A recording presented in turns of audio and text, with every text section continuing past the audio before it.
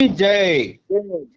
Beloved God, help us all to love you more and more, and more and more, and still yet more, till we become worthy of union with you, and help us all to hold fast to Baba's Daman till the very end. Avatar Meher Baba ki जय अवतार मेहर బాబా కి జై. ప్రీతం మెహర్ బాబా, నీవు ప్రసాదించిన ప్రవచన సారమును గ్రహించవలసిన తీరులో గ్రహించి సదవగాహన చేసుకుని వాటిని మా జీవనములలో ఆపాదించుకుని నిజాయితీ తోడను నిర్మల ప్రేమ తోడను వాటిని ఆచరించులాగున మా అందరినీ ఆశీర్వదించు. అట్టి ఆచరణీయుత జీవన శైలిలో జీవించినట్లు మా అందరినీ అనుగ్రహించు. अवतार मेहर बाबा की जय. अवतार मेहर बाबा की जय. తండ్రి బాబా అందరికి ప్రేమపూర్వక జై బాబాలు. ఈ రోజు కూడా మన మెహర్ ప్రియతములు ఆయనతో సహజీవనాన్ని సాగించే మహద్భాగ్యాన్ని కలిగించారు. అందువలన ఆ సనాతనునికి, ఆ సర్వోన్నతునికి మనందరి తరపున, ప్రపంచ భక్త కోటి తరపున శత సహస్ర కోటి పాదాభివందనాలు సమర్పిస్తున్నాను. ఇందులో భాగంగా మనం ప్రభు చరిత్రం 11వ భాగం చదువుకుంటూ ఆ క్రమంలో 4778వ పేజీకి వచ్చి ఆ మీద 3 ఏళ్ళు చదువుకొని ఆపుకున్నాం. ఇప్పుడు కాస్త ముందుకు వెళదాము. ఏలూరు పట్టణం అంతా అన్న పేరాంచి సినిమాకు చదువుతారు. కొంచెం శ్రద్ధగా వినండి. అవతార్ మెహర్ బాబా కి జై. ఏలూరు పట్టణం అంతా బాబా ప్రేమ ప్రవాహంలో మునిగి తేలింది. రాత్రి 8:30 బాబా పెనుగొండ బయలుదేరారు. మనసుకు హత్తుకునేలా ఏలూరు ప్రేమికులు బాబాకు వీడ్కోలు పలికారు. బాబాకు, ఆయన వెంట వచ్చిన పరివారానికి సౌకర్యవంతమైన వసతి ఏర్పాటు చేయడంలో కట్టా సబ్బారావు సాయశక్తులా కృషి చేశారు. తన తోటలో బాబా నామస్మరణ చేయడం ఆగకుండా అన్ని రోజులు కొనసాగింది. రానున్న తరాల వారు ఈ నామస్మరణను కొనసాగిస్తారు కూడా.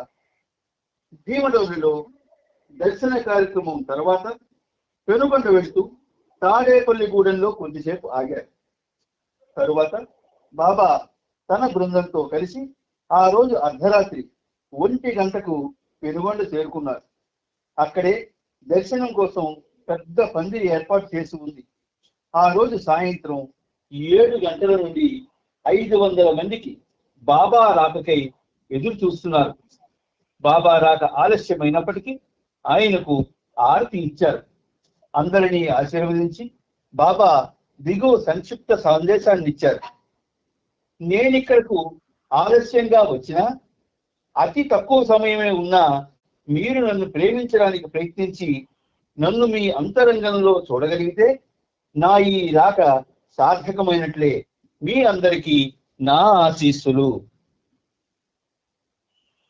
బాగా ఆలస్యమైనందున బాబా అక్కడ పంచాల్సిన ప్రసాదాన్ని స్పృశించారు.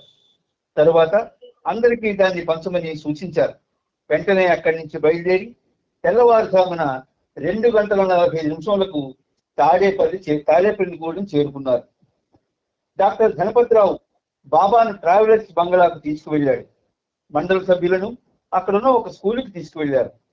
తన జన్మదిన సందర్భాన్ని పురస్కరించుకొని జాగృతికర్త అంటే ఎవేకినర్ కొరకు అందరూ జాగరణ చేయమని బాబా మండల సభ్యుల్ని, తాడేపల్లిగూడెం ప్రేమికుల్ని ఆదేశించారు.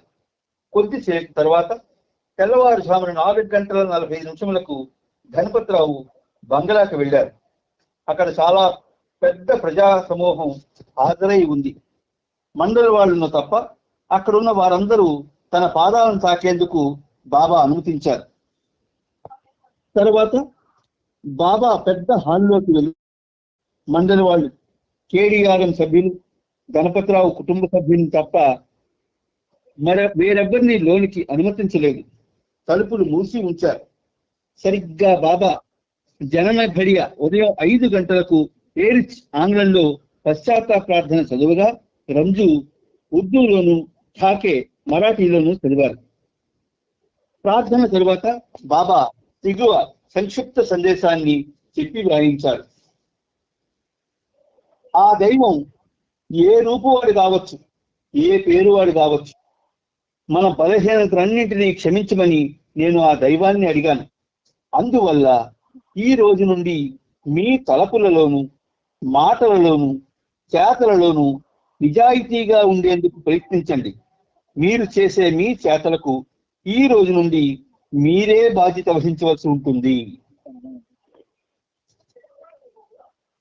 తరువాత డాక్టర్ గణపతిరావు నాయుడు కుటుంబ సభ్యులు బాబా పాదాలని పాలతోనూ తేనెతోనూ అభిషేకం చేశారు.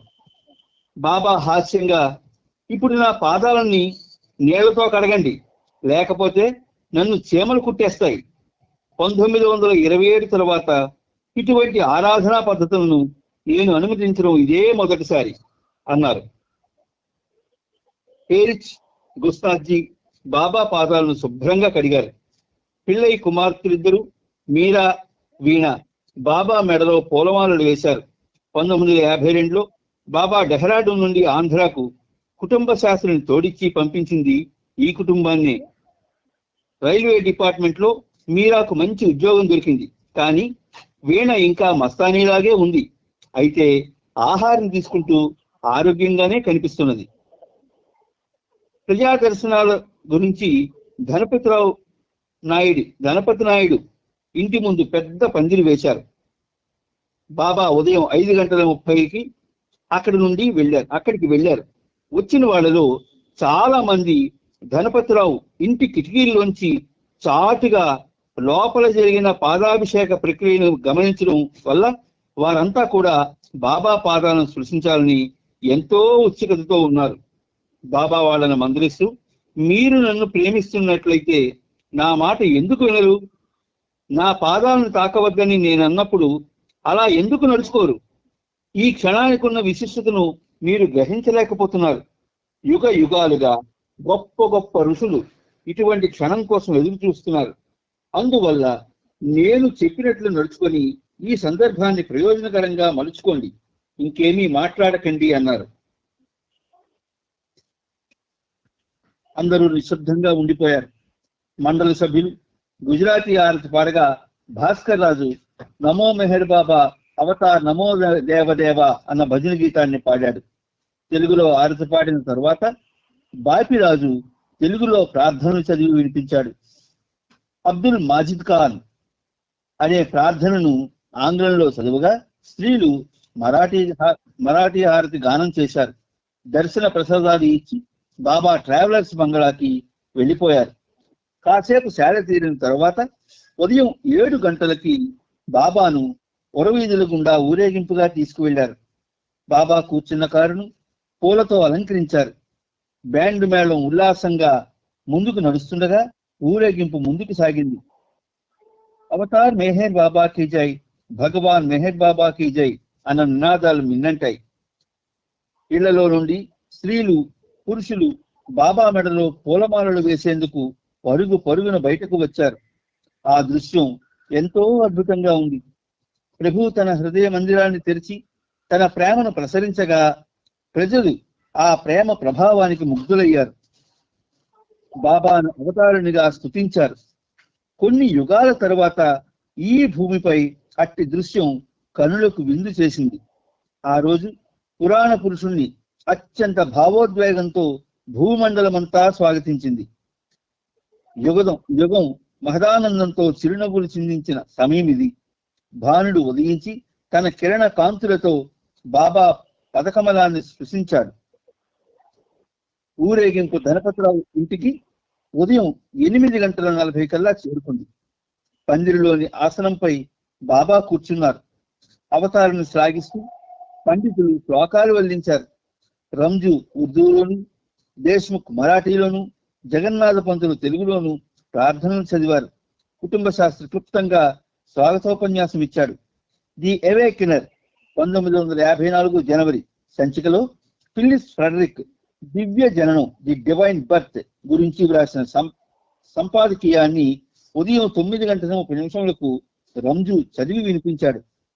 బాబా మహాబలేశ్వర్ నుండి బయలుదేరడానికి కొద్దిసేపటికి ముందు డిక్టేట్ చేసిన ఒక సందేశాన్ని రంజు ఇక్కడ చదివాడు. నేను ఎన్నడూ జన్మించను, ఎన్నడూ మరణించను. అయినప్పటికీ ప్రతి క్షణం నేను జన్మిస్తూ మరణిస్తూనే ఉంటాను. మానవ చైతన్యం సత్యం వైపు పురోగమించే స్థితిలో నిజమైన మరణం, నిజమైన జననం అను వాటికి నాందిగా లెక్కలేని భ్రాంతిమయ జననాలు, మరణాలు ఆవశ్యకమైన గుర్తులుగా నిలుస్తాయి. మిథ్యా చైతన్యంతో ఉన్న ఆత్మ అదృశ్యమవడాన్ని నిజమైన మరణం అంటారు. ఇలా మరణించి భగవంతుని శాశ్వత జీవనాన్ని ఎరుకతో జీవించేందుకు భగవంతుడనే సత్యంలో జన్మించడాన్ని నిజమైన జననం అంటారు. నేను శాశ్వతంగా నా నిరాకార అనంత స్థితిలో సర్వత్రా నిండి ఉన్నప్పటికీ అవసరమైనప్పుడల్లా నేను రూపాన్ని ధరిస్తాను. ఇలా నేను రూపాన్ని ధరించడాన్ని, విడిచిపెట్టడాన్ని నా భౌతిక జననం మరియు మరణం అంటారు. ఆ విధంగా చెప్పుకుంటే నేను 60 ఏళ్ల క్రితం పుట్టాను. నా విశ్వకార్యం ముగించగానే మరణిస్తాను. మీరంతా ఈ రోజు నిండు ప్రేమతో, ఆనందోత్సాహాలతో నా 60వ జన్మదినాన్ని జరుపుతుండడం నన్ను ఎంతగానో ఆకట్టుకుంది. భగవంతుడొక్కడే సత్యం, ఇతరమంతా మిథ్య అని, మనమంతా ఒక్కటేనని తెలియపరిచే అంతిమ అవగాహన మీకు కలగాలని, నేను మీ అందరినీ ఆశీర్వదించేలా మీ ఉత్సాహం నన్ను ప్రేరేపించింది. పంతులు ఈ సందేశాన్ని తెలుగులోకి అనువదించి చెప్పాడు. తరువాత బాబా ఇలా వ్యాఖ్యానించారు: ఈ ప్రకటనలు, సందేశాలు మనల్ని ఆధ్యాత్మిక మార్గంలో ఎక్కడికి తీసుకెళ్లలేవు. తర్కము అంటే రీజనింగ్, మనసు యొక్క బుద్ధితో ఏర్పరచుకున్న విశ్వాసం, మెంటల్ కన్విక్షన్ కూడా మనల్ని ముందుకు తీసుకువెళ్ళలేవు. వాస్తవంగా పొందే యథార్థమైన మానసికానుభవం కూడా భగవంతుని ఉన్నత స్థితికి సాటి రాదు. దైవాన్ని గురించి అర్థం చేసుకోవాలని నీవు ఎంత ఎక్కువగా ప్రయత్నిస్తే నీవు దేవుణ్ణి అంత తక్కువగా అర్థం చేసుకుంటావు. అన్నింటికీ అతీతులైన ఆ భగవంతుని ఎలా వివరించగలవు? ఆయన అనంతమైన సులభ సాధ్యుడైన ఆయన్ని అర్థం చేసుకునే ప్రయత్నం అనంతమైన కష్టంతో కూడుకున్న పని. రహస్యం ఏమిటంటే నీవు ఇప్పటికే ఏదైతే అయి ఉన్నావో అంటే భగవంతుడు, అదిగా మారడమే. నన్ను మీ నుండి వేరుపరిచే ముసుగు తొలగినప్పుడే మీరు నన్ను మీ వానిగా, మీలో ఒకనిగా తెలుసుకుంటారు. నిజాయితీగా, హృదయపూర్వకంగా మీరు నన్ను ప్రేమించినప్పుడే ఇది జరుగుతుంది. బాబాలో మిమ్మల్ని మీరు పోగొట్టుకోండి. అప్పుడు శాశ్వతంగా బాబాయే నీవు అని తెలుసుకుంటావు. ప్రేమలో ఎటువంటి రాజీ ప్రసక్తి ఉండదు. ప్రేమ ఉంటే పూర్తిగా ఉండాలి, లేదంటే అసలు ఉండకూడదు. ఈ రోజున నా దివ్యాధికారంతో చెప్తున్నాను, నేను పురాణ పురుషుణ్ణి. నిజంగా నన్ను ప్రేమించే వారికి నేను బానిసను. కొంతసేపు బాబా నేలపై కూర్చొని తర్వాత లేచి నిలబడి జగన్నాథంతో, ఇక్కడున్న ప్రజల స్థాయిలోకి వెళ్ళి కూర్చున్నానని, అలా చేయడం ద్వారా నేను మీలో ఒకటినేనన్న విషయాన్ని మీరు నిజాయితీతో అనుభూతి పొందాలనే ఉద్దేశంతోనే నేలపై కూర్చున్నానని వారికి తెలుగులో చెప్పు అన్నారు. ఉదయం 10:30 దేశ్ముఖ్ బాబాకు హారతి ఇచ్చాడు. బాబా అతని చేతిలోని ట్రే తీసుకుని తనకు తానే హారతినిచ్చుకున్నారు. మరపురాని ఆ దృశ్యాన్ని చూసిన అక్కడ సమావేశమైన సుమారు 2000 మంది ప్రజలందరూ తమ అదృష్టానికి మురిసిపోయారు. ఆ దివ్యలీలను దర్శించుకునే అదృష్టానికి దేవతలు, దేవదూతలు కూడా నోచుకోలేదు. అందుకనే వాళ్ళు దైవీ మానవుని క్రీడా విలాసాన్ని కనులారా చూసేందుకు ఈ భూమిపై మానవ జన్మ పొందాలని తపిస్తారు. పరిణామ దశలో ఉండే రూపాలు, జీవించే గ్రహాలు ఈ బ్రహ్మాండంలో అనేకం ఉన్నాయి. అయినప్పటికీ వాటిలో మానవుడు నివసించేవి కేవలం 18,000 గోళాలు మాత్రమే. కానీ ఈ 18,000 గోళాల్లో భూమి మినహా మిగిలిన ఇతర గ్రహాలలో నివసించే వారికి ఆధ్యాత్మికంగా పురోగమించేందుకు ఎటువంటి అవకాశమూ లేదు. ఆధ్యాత్మిక పరిభాషలో చెప్పాలంటే అవి ప్రేమ కరువై పూర్తిగా పొడిబారి ఉంటాయి. అయినా అక్కడ ప్రజలు శాస్త్ర విజ్ఞానంలో చాలా ముందున్నారు. ఎంతగా అంటే కొన్ని గ్రహాల్లో నివసించే ప్రజలు పరుల మనస్సులను సైతం చదవగలుగుతారు. కానీ అక్కడ ప్రజల్లో హృదయం మాత్రం వికసించలేదు. కారణం హృదయాన్ని ఆర్ద్రపరిచే ప్రేమ గాని, దానిని పెంచి పోషించే హృదయనాదం గాని, అక్కడ అనహద్గీతం అన్నారు, అక్కడ లేదు. ఆ లోకాలలో అవతారుడు లేదా సద్గురుల భౌతిక సమక్షం ఉండదు. అంతేగాక ఆధ్యాత్మిక పురోగాములైన సంతులు కూడా ఉండరు. కేవలం ఈ భూమిపైన మాత్రమే ఆ దివ్య ప్రేమను అనుభూతి చెందడం జరుగుతుంది. అవతారుడు ఈ భూమిపైన అవతరించినప్పుడు ఇతర గ్రహవాసులు ఇక్కడ జన్మించడం జరుగుతుంది. వీరు శాస్త్ర విజ్ఞానంలో అత్యంత పురోగాములవడం వల్ల అవతార కాలంలో వారి రాక వల్ల శాస్త్ర విజ్ఞానం ఈ ప్రపంచంలో తారాస్థాయికి చేరుకుంటుంది. అదే సమయంలో జనాభా కూడా విపరీతంగా పెరిగిపోతుంది. ఇదంతా ఇప్పుడు చూస్తున్నాం కదా. ఈ కారణం వల్లే కమ్ముకొస్తున్న కష్టాల కారు మేఘాల నుండి తప్పించుకునేందుకు ప్రజల ప్రేమ మార్గాన్ని ఆశ్రయిస్తారు. మధ్యాహ్నం 12:30కు బాబాను సావిత్రి రైస్ మిల్లుకు తీసుకువెళ్లారు. అక్కడ పేదలకు అన్నదాన కార్యక్రమం ఏర్పాటు చేశారు. పేదలు వందల సంఖ్యలో వచ్చారు. బాబా స్వయంగా చాలా మందికి వడ్డన చేశారు.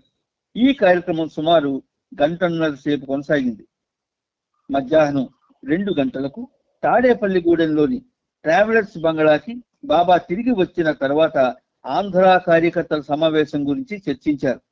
మార్చి 2వ తేదీన జరిగే సమావేశంలో కట్టా సుబ్బారావును కూడా చేర్చమని రంగారావుకు చెప్పారు. ఇది చాలా ముఖ్యం. సమయం చాలా త్వరగా సమీపిస్తోంది. 100కి 100 పాళ్లకు వచ్చేస్తోంది. మీరంతా 100% పనిచేసి తీరాలి అని బాబా చెప్పారు. తరువాత బాబా ఇలా చెప్పారు, ఇలా వంగి చేసే ప్రణామాలతో విసిగిపోతున్నాను. దేవతలే నాకు ప్రణామాలు చేస్తారు, మరి మానవుడు చేసేదేముంది? నాకు ఇవేమీ అక్కర్లేదు. నాకు కార్యకర్తలు, నిజాయితీ గల కార్యకర్తలు కావాలి. ప్రతి మనిషిలోనూ బలహీనతలుంటాయని నాకు తెలుసు.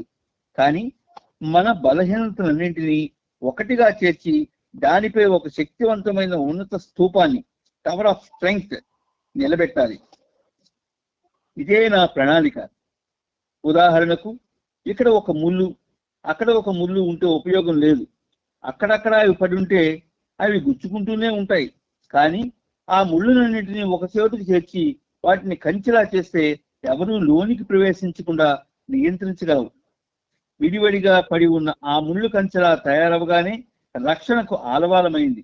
అలాగే బలహీనతలన్నింటినీ ఒక చోట చేరిస్తే మహాశక్తి స్తూపం తయారవుతుంది. దర్శన కార్యక్రమం జరిగే ప్రదేశానికి బయలుదేరుతాననగా బాబా మనోవైఖరి మారిపోయింది. ఆ రోజు తన జన్మదినం కావడంతో యాదృచ్ఛికంగా బాబా ఇలా గుర్తు చేసుకున్నారు. నేను పూనా డక్కన్ కాలేజీలో చదువుతున్న రోజుల్లో రామనాథ్ అనే నాకు స్నేహితుడు ఉండేవాడు. అతనికి సాధు పురుషులకు సంబంధించిన పుస్తకాలు చదవడం అంటే చాలా ఇష్టం. మేమిద్దరం మంచి స్నేహితులం. ఒక రోజున బుద్ధుని జీవిత గాథను తెలిపే పుస్తకాన్ని రామనాథ్ నాకిచ్చి చదవమన్నాడు. చదువుతుండగా అందులో నాకు విషయం కనిపించింది. బుద్ధుడు మళ్ళీ మానవ రూపంలో భూమిపై జన్మించినప్పుడు తన పేరు మైత్రేయుడు, అంటే కరుణామయుడైన ప్రభు అని బుద్ధుడు వివరించిన ఉదంతాన్ని చదివాను. అది చదివే నాటికి నేనింకా బాబాజాన్ వద్దకు వెళ్ళలేదు. కానీ ఆ విషయం చదివాక అప్రయత్నంగా బుద్ధుడు వివరించిన ఆ కరుణ నేనే అన్న తలంపును నేను ఆకస్మిక అనుభూతిని పొందాను. ఆ తరువాత నీవు అవతారుడవు అని ఉపాసిని మహారాజ్ నాకు వెల్లడించారు. ఒక రోజున బాబాజాన్ కూడా, ఓ నా కుమార, యావత్ ప్రపంచాన్ని నీ రాగానికి అనుగుణంగా నాట్యం చేసేటట్లు చేస్తావు అని నాతో అన్నది. మరి ఈ రోజు ఆ అవతారాన్ని నేనే అన్న విషయం నాకు ఘంటాపథంగా తెలుసు. నా పేరు మెహర్ అంటే కరుణే కదా. విషయాన్ని మారుస్తూ మధ్యాహ్నం 3 గంటలకు కార్యకర్తలకు బాబా ఇలా వివరించారు. వినయం అనగా మొడెస్టీ అనగా బలహీనత, కానీ నమ్రత అంటే హ్యూమిలిటీ అంటే బలం. అందువల్ల ఈ రెండింటికి మధ్య బ్రహ్మాండమంత తేడా ఉంది. పూర్తి వినమ్రతతో నేను చెబుతున్నాను అని నీవు అన్న ఆ మాట అదే క్షణంలో నీలోని అహంను బయటపెడుతుంది. ఒకవేళ నీ అంతరంగంలో కూడా వినమ్రుడనని నీవు అనుకున్నా కూడా అది నీ అహంభరిత భావనే అవుతుంది. యథార్థమైన నిజాయితీతో నిజంగా వినమ్రతను వ్యక్తపరచాలని నీవు ప్రయత్నించినా ఈ ఇబ్బంది సమసిపోదు. వినమ్రతను నీవు వ్యక్తపరిచినప్పుడు ఇతరులు దాని గురించి ఏమనుకుంటున్నారో అన్న భావన నీకు పెద్ద అవరోధమై నిలుస్తుంది. వినయాన్ని ప్రదర్శించే సమయంలో నీవు యుక్తమైన రీతిలో ప్రవర్తిస్తున్నావా లేదా అన్న ఆలోచనలు నిన్ను అదే పనిగా వేధిస్తూ ఉంటాయి. ఎంతగా అంటే ఆ క్షణంలో నీకు నీవుగా నీలో ఒక ఆత్మన్యూనతాభావాన్ని, ఇన్ఫీరియారిటీ కాంప్లెక్స్ సృష్టించుకుంటావు. అది బలహీనతే గాని బలం కాదు.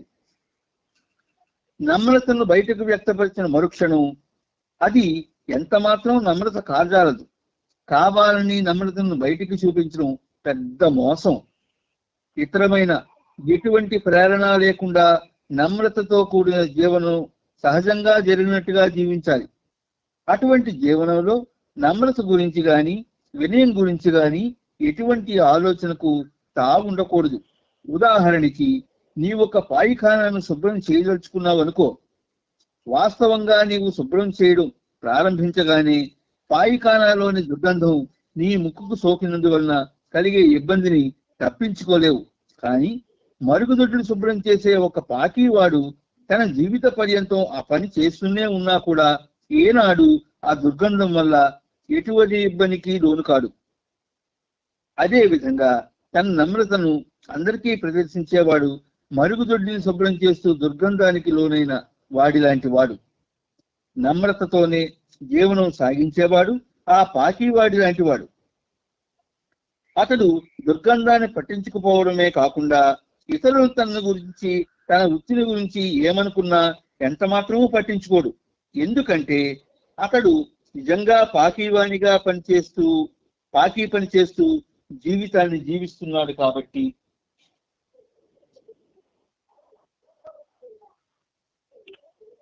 వినమ్రునిగా ఉండాలని ప్రయత్నించడం కూడా కపటమే అవుతుంది.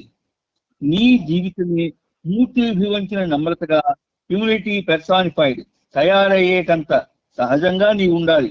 అప్పుడు అది ఎట్టి బలహీనతలకు లోను కాని సర్వశక్తివంతమవుతుంది. భగవంతుడు, సద్గురువు మాత్రమే అలా జీవించగలరు. నిజంగా వినమ్రుడై ఉండేది వాళ్ళు మాత్రమే. నీవు ఏది అయినప్పటికీ నీ గురించి ప్రజలకున్న అభిప్రాయాన్ని గాని ఇతరుల ప్రతిస్పందనను గాని పట్టించుకోకుండా నిన్నుగానే వ్యక్తపరచు. సహజంగా ఉండు. నీవు నిజాయితీపరుడివి కానప్పుడు నిజాయితీ అనే తెర వెనుక దాక్కునే ప్రయత్నం చేయకు. అంటే నీవు బేనిజాయితీగా అంటే డిజానెస్ట్ గా ఉండాలని అర్థం కాదు. నేను చెప్పదలుచుకున్నది ఏమిటంటే లేశ మాత్రం కపటం కూడా లేని విధంగా నీవు అత్యంత సహజంగా ఉండాలని. మధ్యాహ్నం 3:30 బాబా దర్శన స్థలానికి చేరుకున్నారు. బాలగోపాల భాస్కర్రాజుకు ఆరోగ్యం సరిగా లేనందున బాబా అక్కడి వేదికపైకి వెళ్లే ముందు అతన్ని ఆలింగనం చేసుకున్నారు. వేదికపై తన ప్రక్కనే కూర్చోబెట్టుకున్నారు. బాబాను స్తుతిస్తూ సంస్కృతంలో నివేదించిన కవితా ప్రతిని కుటుంబ శాస్త్రి బాబాకు సమర్పించాడు. తగు రీతిలో బాబాకు స్వాగతం పలికారు. దర్శనం మొదలైంది. బాబా సుమారుగా 7,000 మందికి ప్రసాదం అందించారు. ఆ సాయంకాలం నృత్యాన్ని, నాటకాన్ని ప్రదర్శించారు. నాటికలోని ధర్మారావు ఇద్దరు కుమార్తెలు ముఖ్య పాత్రలు పోషించారు. ఏలూరులో కూడా వాళ్ళు బాబా ముందు ప్రదర్శనలు ఇచ్చారు. ధర్మారావు కుటుంబ సభ్యులంతా బాబా ప్రేమలో మరింత సన్నిహితులయ్యారు. ఆంధ్రలో జరిగిన ఈ పర్యటనలో బాబా కారును ధర్మారావు నడిపాడు. బాబా అతనితో హాస్యమాడేవారు. అతనితో బాబా ఎంత చనువుగా ఉండేవారో దీన్ని బట్టే తెలుస్తుంది. ధనపతిరావు గారి చిన్న మనవరాలు కూడా నాటకంలో వేసింది. నృత్యం చేస్తూ బాబా ఆరతగానం చేసింది. ధర్మారావు కుమార్తెలు తమ నటనతో రాధాకృష్ణుల ప్రేమను కళ్ళకు కట్టినట్లు చూపించారు. ఆనందంతో బాబా, నా నృత్యాన్ని గురించి వివరించేందుకు నాకు మార్చి 2వ తేదీన గుర్తు చేయండి. అదే అసలైన నృత్యం, నా మొట్టమొదటి ఆది మూల నృత్యం. ఇంతవరకు ఆ నృత్యాన్ని గురించి నేను వివరించలేదు అన్నారు. కానీ ఆ తర్వాత ఎవరూ కూడా దాని గురించి బాబాకు గుర్తు చేయలేదు. చివరికి ఆ విషయం బాబాచే వివరింపబడకుండానే ఉండిపోయింది. బాబా జన్మదినోత్సవాన్ని పురస్కరించుకొని ఆ రోజు రాత్రి 11:45 బాణాసంచా కాల్చారు. అది చూడ్డానికి సుమారు 8,000 మంది అక్కడికి చేరారు. ఆ విధంగా జన్మదిన మహోత్సవం గొప్పగా జరిగి రాత్రి 1 గంటకు ముగిసింది. మర్నాడు ఉదయం ఫిబ్రవరి 26న 8 గంటలకి బాబా సూఫీ పదాలు నియాజ్ గురించి కొన్ని విషయాలు డిక్టేట్ చేస్తానని రంజుతో అన్నారు. కిషన్ సింగ్ గురించి వాకప్ చేశారు. ఆ సమయానికి అతడు అక్కడ లేడు. అతను మండల వాళ్ళు ఉండే చోట ఏదో పని చేస్తున్నాడు. ఏదైనా ఒక ముఖ్య విషయాన్ని గురించి చెప్పాలని నాకు గట్టిగా అనిపించినప్పుడల్లా పరిస్థితులు తారుమారవుతూ ఉంటాయి. మైక్ పాడవడము, భంగకరమైన పరిస్థితులు తలెత్తడము, అవసరమైనటువంటి వ్యక్తి ఆ సమయానికి అక్కడ లేకుండా పోవడము, ఇలా ఏదో ఒకటి ఎప్పుడూ నాకు అవరోధంగా తయారవుతుంటాయి అని బాబా విసుక్కున్నారు. అయితే 15 నిమిషాల తర్వాత బాబా ఉన్న చోటికి కిషన్ సింగ్ వచ్చి బాబా బృందాన్ని కలిశాడు. ఆ తర్వాత బాబా ఇలా డిక్టేట్ చేశారు: ఈ రోజు నేను నియాజ్ గురించి వివరించాలనుకుంటున్నాను. పాత రోజుల్లో నియాజ్, షామా పర్వానా అంటే క్రొవ్వొత్తి దీపపూరు గురించి సూఫీలు ఎప్పుడు నొక్కి చెప్పేవారు. తర్వాత రోజుల్లో ఈ పదాలు చవకబారు పదాలుగా మారిపోయాయి. చిన్న పెద్ద అనే తేడా లేకుండా ప్రతి ముస్లిం కవి వీటిని వాడడం ప్రారంభించాడు. ఇక నాజ్ అనగా నఖారా అంటే వగలమారితనం, సంతృష్టి పరచడం అతి కష్టం, ఎప్పటికీ సంతృప్తి చెందకపోవడం అని అర్థం. దివ్య ప్రీతముని ముఖ్య లక్షణాల్లో ఇదొకటని చెబుతారు. భగవంతుణ్ణి, సద్గురులను మూర్తిభవించిన నాజ్గా సూఫీలు చెబుతారు. వీరెప్పుడు తన ప్రేమికుల పట్ల పూర్తి నాజ్తో అంటే నకరాలతో, వగలమారితనంతో ఉంటారు. ఎందుకలా ఉంటారు? వాళ్ళు సర్వస్వతంత్రులు కనుక. తమ కోసం తప్పించే వారి పట్ల ఉదాసీనులై దేనిని పట్టించుకోరు. ఏమైనా పర్వాలేనివారు పూర్తిగా రాగరహితులుగా ఉంటారు. కాబట్టి ఇక్కడ 4788లో విజయవాడలో, ఆంధ్రలో 1954 ఈ ఫోటో తీసింది ఏకే కస్తూరి. ఈమె సంపత్ అయ్యంగారి మనవరాల ఫోటో ఉంది. ఎవరైనా పుస్తకం ఉన్నవాడు చూడవచ్చు. అన్నిటికీ మూలమైన భగవంతుడు, మూర్తిభవించిన దైవ స్వరూపులైన కుతుబులు అంటే సద్గురువులు ఉదాసీనులుగా ఎలా ఉంటారని మీరు అనుకోవచ్చు. వినడానికి అసంబద్ధంగా ఉంది కదా. దానికి కారణం భగవంతుడు పూర్తి సర్వ స్వతంత్రునిగా ఉండడం, ఉదాసీనుడిగా కూడా ఉండడమే. నియాజ్ అంటే ప్రీతముని చిత్త చాంపర్యమునకు, అతని చాపల్యానికి, అతని ప్రతి మనోవైఖరికి అనుగుణంగా నాట్యం చేయడమని అర్థం. నియాజ్ అంటే అర్థం విధేయత కాదు, సర్వార్పణ. భగవంతుని మరియు కుతుబుల యొక్క నాజ్కి అనుగుణంగా నడుచుకోవడం చాలా గొప్ప విషయం. ప్రీతముడు ఆడించినట్లా ఆడడం అన్నమాట. ప్రీతముడు ఎప్పుడు సర్వస్వతంత్రుడు, అలాగే ఉదాసీనంగా కూడా ఉంటాడు. అలాగే భగవంతుడు కూడా. దానికి విరుద్ధంగా భగవత్ ప్రేమికుడు ప్రీతముని మనోవైఖరిపై ఎవ్రీ విమ్ ఆఫ్ బెలవెడ్ పై ఆధారపడి ఉంటాడు. కుతుబ్ అంటే సద్గురువు ఉదాసీనుడు, సర్వ స్వతంత్రుడని చెప్పడం, అలాగే ప్రేమికుడు పూర్తిగా ఆధారపడి ఉంటాడని అనడం అసంబద్ధంగా ధ్వనిస్తుంది. ప్రేమికుడు కుతుబ్ పైన కాకుండా కుతుబ్ యొక్క స్వేచ్ఛా సాంపర్యం పైన అంటే నాజ్ పైన ఆధారపడి ఉంటాడు. కానీ ఈ తీరు ఇంతే. ఇక రెండవ అంశం చాలా అద్భుతమైనది. ఇప్పుడిప్పుడే మనం భగవంతునికి లేదా కుతుబ్ యొక్క స్వతంత్ర స్వభావం గురించి చెప్పుకున్నాం. ఈ స్వభావం అనంత వాస్తవికతతో అంటే ఇన్ఫినిట్ రియాలిటీ కూడినది. కానీ కుతుబ్ భ్రాంతిమయమైన రూపాన్ని ధరించాడు.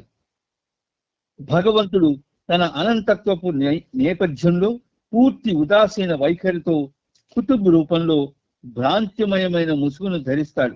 ఇప్పుడు ఏమి జరుగుతుంది అంటే, భ్రాంతిమయమైన వేషాన్ని అంటే తొడుగును, శరీరాన్ని ధరించగానే కుతుబ్ యావత్ ప్రపంచంలోని బాధలన్నింటినీ తనపైన వేసుకుంటాడు. ఈ బాధలు మానవుల అజ్ఞానం వల్ల కలుగుతాయి. అజ్ఞానం అనేది మాయకు, భ్రాంతికి మూలాధారం. కుతుబ్ గాని అవతారుడు గాని అనంత దివ్యానందాన్ని ఇన్ఫినిట్ బ్లిస్ అనుభవిస్తూ అదే సమయంలో అనంతమైన బాధను ఇన్ఫినిట్ సఫరింగ్ అనుభవిస్తాడని ఎందుకు చెబుతారు? దానిలోని విపరీత భావాన్ని నేనిప్పుడు వివరిస్తాను. ఈ విశ్వంలో నా వలె ఎవ్వరూ బాధపడదని నేను దేశ్ముఖ్తో అన్నప్పుడు అతడు చిరునవ్వు నవ్వి, బాబా, బ్రహ్మానందానికి మూలమైన నీవు ఎన్నడైనా బాధపడతావా అంటాడు. కుతుబ్ శరీరం అనే భ్రాంతిమయమైన వేషం అంటే తొడుగును ధరించాడు. ఎందుకు? భ్రాంతిలో చిక్కుకున్న ఇతరులను తన వలె అనంతమైన వారిగా చేయడానికి. కుష్ఠరోగులు, కుంటివారు, ధనార్థులు, పుత్రకాంక్షితులు ఇలా ఎందరెందరో పడే బాధలను కుతుబ్ కనులారా చూస్తాడు. రక్షించండి, మమ్మల్ని ఈ బాధల నుండి రక్షించండి అంటూ వాళ్ళు చేసే ఆక్రందనలను వింటాడు. తాను ధరించిన భ్రమాన్వితమైన ఈ తొడుగుతో అంటే శరీరంతో కుతుబ్ ఇదంతా చూస్తాడు. కానీ శాశ్వతమైన అనంతమైన బ్రహ్మానందపు నేపథ్యంలో ఈ బాధలన్నీ ఏమీ కాదు, కేవలం శూన్యం మాత్రమే అనే అనుభవంతో ఉంటాడు. అది కేవలం అజ్ఞానం మాత్రమే. అందువల్ల ప్రజలు అనుభవించే భ్రమాన్వితమైన ఈ బాధల పట్ల దృష్టి పెట్టడు. బాధపడేవారు నిజంగానే బాధపడాలని కోరుకుంటాడు. వాస్తవంగా వాళ్ళు పడే ఈ బాధల ద్వారా భ్రాంతిమయమైన ఈ బాధలన్నింటినీ దహింపజేసుకోవాలని కుతుబ్ చూస్తాడు. అంటే ప్రజలు తమ మిథ్యా జీవితాన్ని ఈ బాధల ద్వారా దహింపజేసుకోవాలని అర్థం. అలా బాధలు పడడం భగవంతుని పొందేందుకే.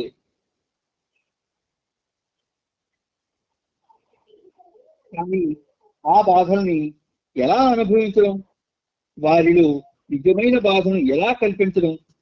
కనుక తన మాయావేషం అంటే శరీరం ద్వారా కుతుబ్ అత్యంత అధికంగా బాధలు అనుభవిస్తాడు. ఇతరుల భ్రాంతిమయ జీవితాన్ని దగ్ధం చేయాలనే తాను బాధలు పడతాడు. అందువల్ల ఇతరుల కోసం తాను ధరించిన తన భ్రాంతిమయ శరీరాన్ని దహింపజేస్తాడు. అతను ఒక కొవ్వొత్తిలా అవుతాడు. కొవ్వొత్తి వెలగడం ప్రారంభించగానే దీపపు పురుగులు చుట్టూ చేరతాయి. కొవ్వొత్తి కాలుతూ కరుగుతూనే ఉంటుంది. వేలాది దీప పురుగులు మండి దగ్ధమవుతూనే ఉంటాయి. ఆ విధంగా కుతుబ్ ఇతరులకు బాధలు అనుభవిస్తూ తన కోసం ఇతరులు దీప పురుగుల్లా బాధలు అనుభవించేలా చేస్తాడు. ఈ విధంగా భ్రాంతి అనే వేషం ధరించి దైవీ మానవుడు తాను బాధపడుతూ ఇతరులను బాధపడేలా చేస్తూ ద్వంద్వ పాత్రలను పోషిస్తాడు. కానీ ఇతరులు పడే ఆ బాధలు వారిని మాయ నుండి విముక్తుల్ని చేస్తుంది. ఏలూరులో మాదిరిగానే తాడేపల్లిగూడెంలో కూడా 10 మంది ప్రేమికుల ఇళ్లకు వెళ్ళారు. బాపిరాజు అనే బాబా ప్రేమికుని ఉద్యోగం పోయింది. ఆర్థిక ఇబ్బందుల్లో ఉన్నాడు. అతని ఇంటి వద్ద బాబా అతన్ని ఓదార్చేందుకు ఇలా చెప్పారు: నేను అవతారుణ్ణి, పరిపూర్ణ సద్గురువును. ఏదైనా నేనే. నేను వాస్తవానికి ఎవరినో అదే నేను. ఆ స్థితికి ఆవల ఉన్నది కూడా నేనే. నీవు బాబాను ప్రేమిస్తున్నందున పర్యవసానంగా వచ్చిన ఫలితమే అది. బాబాను ప్రేమించే వారెవరైనా బాధలను అనుభవిస్తారు. ఎందుకంటే అట్టి వినాశంలో నుండి యథార్థమైన నిర్మాణం బయలుపడుతుంది. సర్వనాశనంలోనే, అంటే బర్బాదీలోనే అసలైన పురోభివృద్ధి, ఆబాదీ కూడా జనిస్తుంది. సామాన్యమైన సౌకర్యాలతో ఉన్న లౌకిక మానవుడు తానీ భూమి మీద స్థిరంగా నిలదొక్కుని ఉన్నట్లుగా అనుకుంటాడు. కానీ నిజానికి తానొక అగ్నిగుండం పైన గాని, కూరుకుపోతున్న ఒక ఇసుక దెబ్బ పైన గాని ఉండి కూడా ఇప్పుడు చెప్పుకున్న సౌకర్యవంతమైన తన భావన తనను అధఃపాతాళానికి లాక్కుపోతున్న విషయాన్ని గ్రహించలేని అజ్ఞానంలో ఉంటాడు. ప్రపంచంలో మనం ఇదే చూస్తున్నాం. బయటకు సుఖంగా ఉన్నట్లు కనిపించే లౌకిక మానవుడు మరిన్ని సౌకర్యాలను కాంక్షిస్తూ ఉంటాడు. ఇలా తన స్థితిగతుల్ని కుదుటపరుచుకునేందుకు పడే ఆరాటానికి అంతే ఉండదు.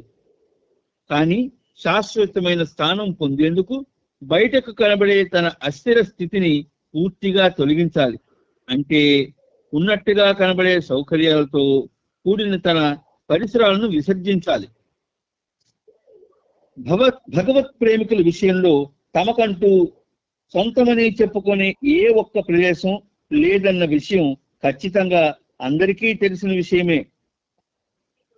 వ్యవసత్వాన్ని కలిగించే తమ గురువర్యుల ప్రేమ కోసం ఎటువంటి కష్టాలు ఎదురైనా, ఎంతటి బాధలు కలిగినా ఆ ప్రేమికులు అసలు పట్టించుకోరు.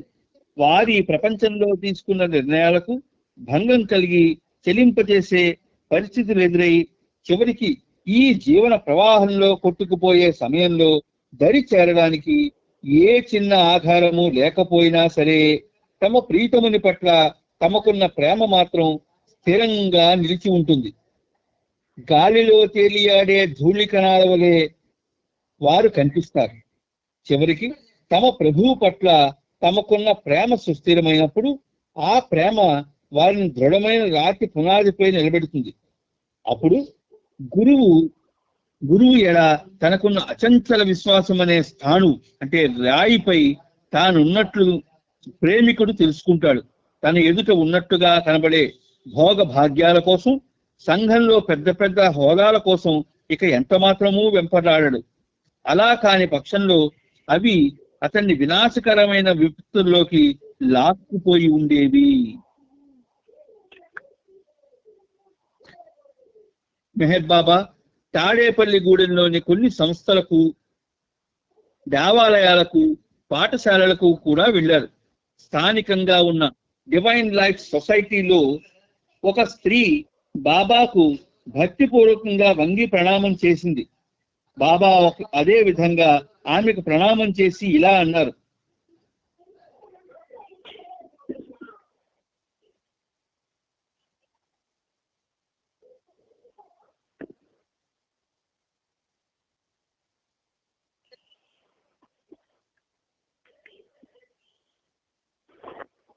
బాబా అదే విధంగా ఆమెకు ప్రణామం చేసి ఇలా అన్నారు: ఇతరులు వంగి ప్రణామం చేయడం నాకు ఇష్టం ఉండదు.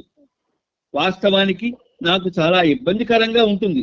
ఎందుకంటే నిజానికి ఇలా వంగి ప్రణామం చేస్తున్నది అందరిలో ఉన్న నేనే. నిరంతరంగా నేను పొందే వాస్తవిక అనుభవం ద్వారా నేను మీలో ఉన్నాను.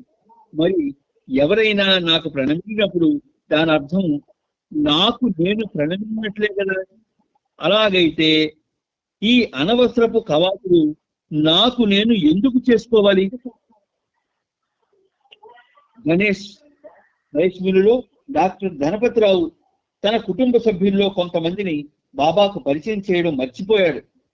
దానికి బాబా, ఈ ప్రపంచంలో ఎవరినీ నేను మర్చిపోను, కానీ నీవిక్కడ నీ సన్నిహితులనే కొందరు మర్చిపోయావు అని ధనపతిరావుతో అన్నారు. నరాల బలహీనతతో బాధపడుతున్న ధనపతిరావు వదిన గారిని పరీక్షించాక బాబా యతి ప్రాసలతో ఇలా వ్యాఖ్యానించారు: nothing wrong, she will get strong. ఆమెకు ఏ సుస్థి లేదు, కోలుకొని బలంగా తయారవుతుంది అన్న భావంతో బాబా అలా చెప్పారు. రైస్ మిల్ ఫ్యాక్టరీ ఆవరణలో గేదెలకు అన్నదానం కార్యక్రమం వేరొకటి ఏర్పాటు చేశారు. గేదెలను సేవించేవారు నన్ను సేవించిన వారు అవుతారు, ఎందుకంటే నేను పేదల్లోకెల్లా నిరుపేదను అని బాబా అన్నారు. ఆ రోజు ఉదయం నిర్ణయించిన గృహ సందర్శనాల్లో భాస్కర్ రాజు గృహాన్ని చేర్చలేదు. అందువల్ల భాస్కర్ రాజు అతని భార్య బాబాను కలుసుకోవడానికి ధనపతిరావు గారింటికి వెళ్ళారు. ఈలోగా ముందుగా తయారు చేసుకున్న ప్రణాళికలో లేకపోయినా బాబా భాస్కర్ రాజు ఇంటికే మొదటి వెళ్ళారు. వాళ్ళు అక్కడ లేకపోవడంతో బాబా అసహనంగా తర్వాత వెళ్ళవలసిన ఇంటికి వెళ్ళారు. ఆ దగ్గరలోనే భాస్కర్ రాజు బాబా కారు వద్దకు చేరుకున్నాడు. బాబా తీక్షణంగా చూస్తూ, దేవుడే స్వయంగా నీ ఇంటికి వస్తే నీవెక్కడికి వెళ్ళిపోయావు అని గద్దించారు. దానికి భాస్కర్ రాజు, బాబా నన్ను తప్పు త్రోవ పట్టించారు, నేను మీ దర్శనం కోసం ధనపతిరావు నాయుడు ఇంటి వద్ద వేచి చూస్తున్నాను అని సమాధానం చెప్పాడు. భయంతో వణికిపోతున్న అతన్ని చూసి నవ్వించాలని బాబా అతనికి చెక్కిలి గింతలు పెట్టాడు. ఇప్పుడు నీ ఇంటికి వెళ్ళి నా కోసం వేచి ఉండు, అన్ని ఏళ్ళు చూసి నీ ఇంటికి నేను మరొకసారి వస్తాను అని ఆదేశించారు. చెప్పినట్టుగానే బాబా భాస్కర్ రాజు ఇంటికి వెళ్ళారు. కారులోంచి బయటకు వస్తూ, నేను నీ ఇంటికి 2 సార్లు వచ్చాను అని వ్యాఖ్యానించి లోనికి వచ్చి ఒక మడత మంచం పైన కూర్చున్నారు. మధురమైన ఒక గీతాన్ని పాడి నాకు వినిపించు, నేను తొందరగా వెళ్ళాలి అంటూ భాస్కర్ రాజును ఆదేశించారు. భాస్కర్ రాజు స్వయంగా రచించిన ఫిర్ అప్నా ఘర్ అనే ఒక హిందీ గీతాన్ని పాడాడు. తిరిగి నా స్వంత ఇంటికి అని శీర్షికకు అర్థం. బాబా ఆనందంతో భాస్కర్ రాజు వైపు చూపిస్తూ, అతని భార్య గోవిందమ్మతో, నేను చెప్పేది విను, ఇతను నావాడు, నీవాడు కాదు. ఇప్పుడు ఇతన్ని నేను నీకు అప్పగిస్తున్నాను, జాగ్రత్తగా చూసుకో అని చెప్పారు. బాబాని దర్శించేందుకు ఇరుగు పొరుగు వారు అక్కడికి చేరారు. గ్లాసులు మంచినీళ్లు తీసుకురమని బాబా చెప్పగా గోవిందమ్మ తెచ్చి ఇచ్చింది. బాబా ఆ నీళ్లలో తన చేతి 3 వేళ్లు ముంచి, నా ప్రసాదంగా ఈ నీళ్లను ఇక్కడకు వచ్చిన స్త్రీలకు పంచి ఇవ్వు అని గోవిందమ్మను ఆదేశించారు.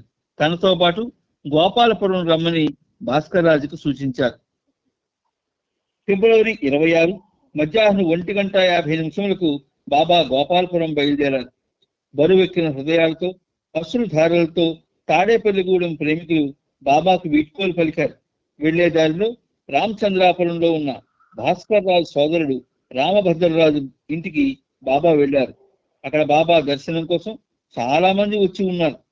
హారతి పాట పాడాక తనను కలుసుకున్న వారి హృదయాలను దోచుకుని బాబా అక్కడి నుండి కదిలారు. ఆ మధ్యాహ్నం సుమారు 3 గంటలకు బాబా బృందమంతా గోపాలపురం చేరుకున్నారు. మేడికొండ నారాయణ ఇంట్లో బాబాకు వసతి ఏర్పాట్లు చేశారు. బాబా కోసం మొత్తం ఇల్లంతా ఖాళీ చేసి ఉంచారు.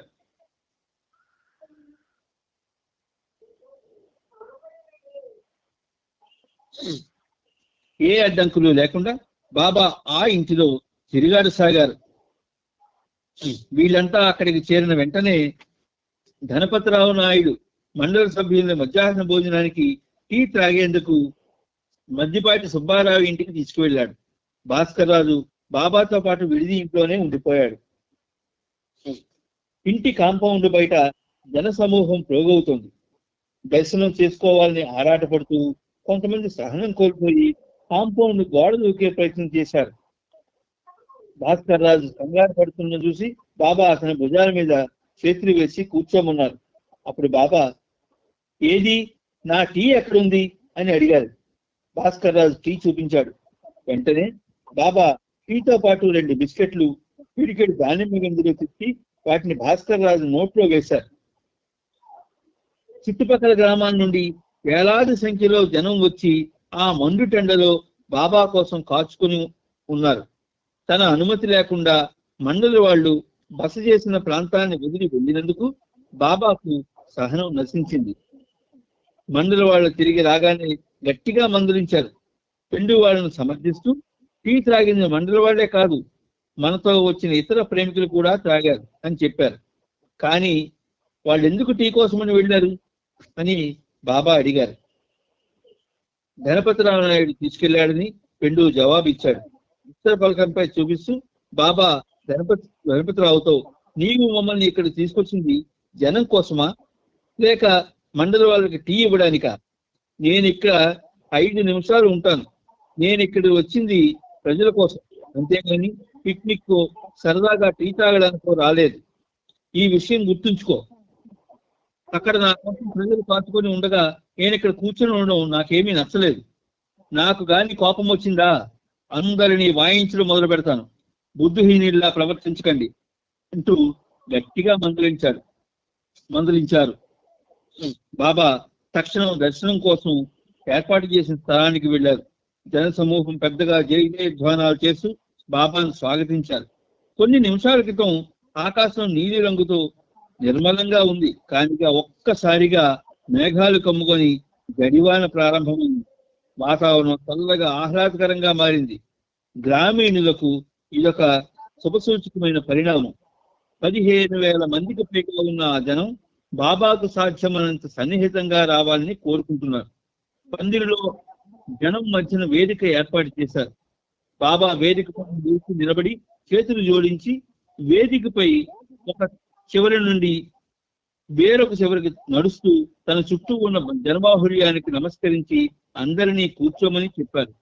వస్తున్న జనం యొక్క సంఖ్య అదే పనిగా పెరుగుతూ ఉండడం వలను, సరిపడా సమయం లేకపోవడం వలను ప్రసాదాన్ని మనిషికి పంచడం సాధ్యం కానందున రాశిగా ఉంచిన మొత్తం ప్రసాదాన్ని బాబా తన చేతితో స్పృశించి కారులోకి వెళ్లి కూర్చున్నారు. చాలా మంది పూలమాలను పళ్లను కారుపైకి విసురుతూ ఉక్కుమ్మడిగా కారు వైపు తోసుకుంటూ వచ్చారు. కానీ వచ్చిన 15,000 మంది తాము కోరుకున్నట్లు బాబా కారుకు చేరువుగా రాలేకపోయారు. దాంతో అటు ఇటు పరుగులెట్టడం మొదలుపెట్టారు. జనాన్ని శాంతింపజేసేందుకు కారు కేవలం 20 గజాల దూరం కదిలిందో లేదో బాబా కారును ఆపించి కారులో నుండి దిగి అక్కడ ఒక తాటి చెట్టు కింద ఉన్న తాటి కమ్మల పైన కూర్చున్నారు. జనం దర్శనం కోసం అక్కడికి పరుగులెట్టారు. కానీ కొద్ది మంది మాత్రమే బాబాను చూడగలిగారు. అందువల్ల బాబా కారు టాబు పైకి ఎక్కి కూర్చున్నారు. అప్పుడు ఆ కారు జనం మధ్య నుండి మెల్లగా కదులుతూ ముందుకు సాగింది. జనంలో ఆనందోత్సాహాలు పెళ్లిబికాయి. ఆరాటపడుతున్న వారి హృదయాలకు బాబా చేసిన చిరుమందహాసం ఓదార్పునిచ్చే లేపనంలా పనిచేసింది.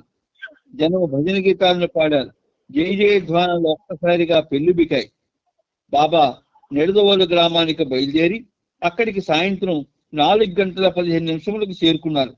కుటుంబ శాస్త్రి మల్లికార్జునరావు అక్కడ ఏర్పాటు చేసిన దర్శన కార్యక్రమానికి ఇంచుమించు 5,000 మంది వచ్చారు. ఎప్పటిలాగే బాబాకు హారతివ్వడం, దండలు వేయడం అయ్యాక విజయవాడలో ఇంతకు ముందు ఇచ్చిన సందేశాలని ఇక్కడ చదివి వినిపించారు. ఈ సమయంలో ముక్తి గురించి ఇచ్చిన ఇలా ఉంది. భగవంతుడు శాశ్వతంగా స్వతంత్రుడు. బ్రహ్మానుభవం అంటే భ్రాంతి అనే బంధనం నుండి విముక్తి పొందడం. ముక్తి వరకు చేసే పోరాటం, పెనుగులాట ఎక్కువైన కొద్దీ భ్రాంతి యొక్క సంఖ్యల బిగు ఎంత ఎక్కువగా ఉంటుంది.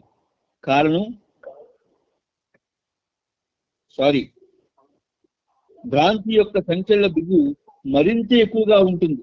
కారణం భ్రాంతి యొక్క ఎరుక మరింత అధికమై మనసు పైన గాఢమైన ముద్ర వేస్తుంది.